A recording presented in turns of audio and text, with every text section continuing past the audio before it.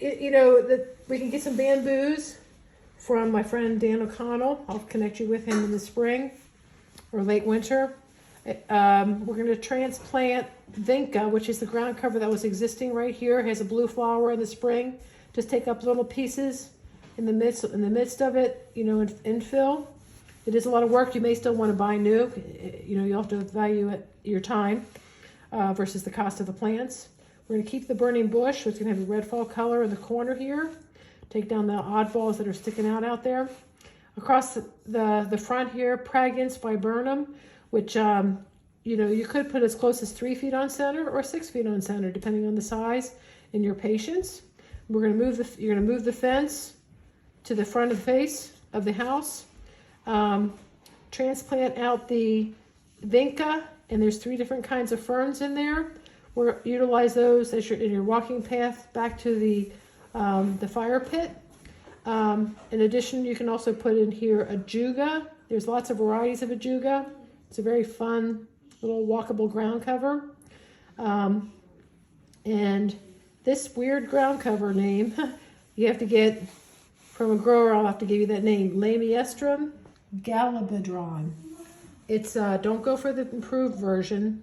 The name of that greenhouse is Western Hills Building Supply. You may just call Linda Feist, maybe even the year before you decided to do it, and say, hey, I want to buy 50 of those, or you know, something like that. And you put those 3 feet on center. If you have a wet spot, you can use Creeping Jenny, which is a really cool bright yellow flower. You know, it's very aggressive, but it grows and plays well with other plants, about 3 feet on center. On the back side, just remove that wall, limb up the tulip poplar, and just return all that to grass. There's one sassafras back by the shed that's leaning over the shed and over the new area. Remove that one carefully, yeah. the sassafras, and put in 4 green giant arborvitae. I forgot the right word, arborvitae. And then in front, you know, put in a forest pansy redbud. That's under the walnut. It's a native. It does play well with walnut. You may have to remove, we didn't say this, a limb off the walnut as that forest pansy redbud grows. Oh, by the way, you can eat the flowers on those. They're good in a salad.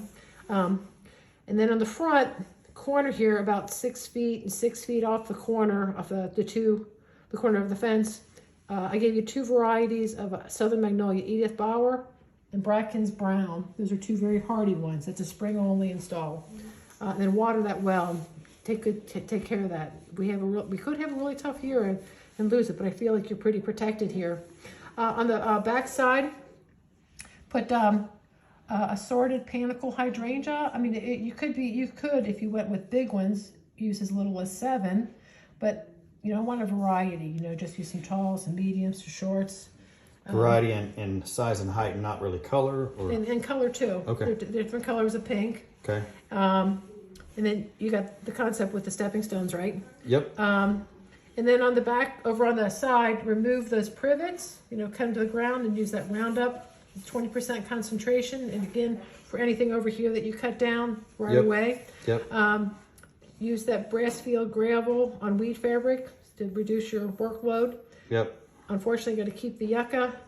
And then in the corner, and you have to bump the bed out a little bit here. Mm-hmm. And in this space, 2 really nice threadleaf Japanese maples. Those are the lower ones.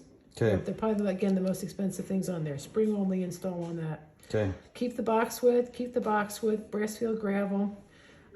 Future, put in 5 to 7 dwarf Fothergilla. Mm-hmm. And then in front of it, the variegated Liriope. You know, let more of them in a row, you know, like 6 inches on center. Buy 1 pot, cut it in half and put them 6 inches on center. Mm-hmm. So buy a big pot that's full, you know. Mm-hmm. And what else? I think that was it. Oh, transplanting these out and just put an oversized gravel there because of the slope, you know, so it doesn't erode away. Did we miss anything? The magnolia, I'm going to pull off the little sprouts off of that. And you said the dogwood was good. Mm-hmm. I can't think of anything else. Yeah, I don't know if you want to just talk with this guy. You put this in mulch with the bamboo. Okay. You know. So I'll do a fence and then bamboo on the outside and then mulch on the outside of that. And then, okay. And the bamboo will just go through the fence. Or if you want to, you could do, like if this is the fence, put a bamboo here, put a bamboo here, put a bamboo here, Oh, okay. like that, you know? Yep. I think that's it. Sounds great. Okay.